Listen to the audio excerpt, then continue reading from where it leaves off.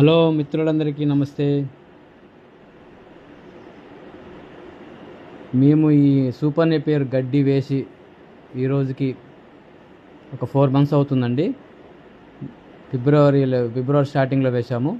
ఇప్పుడు జూలై అయితే కోయడం కొంచెం లేట్ అయింది. ఈ మధ్య కాలం నుంచే కోస్తూ ఉన్నాము. అది 7 నుండి 8 అడుగుల వరకు హైట్ పెరిగింది. ఇప్పుడు కింద కనబడుతూనే కోసినాము. మిగిలిన ఇంకా చాలా ఉంది.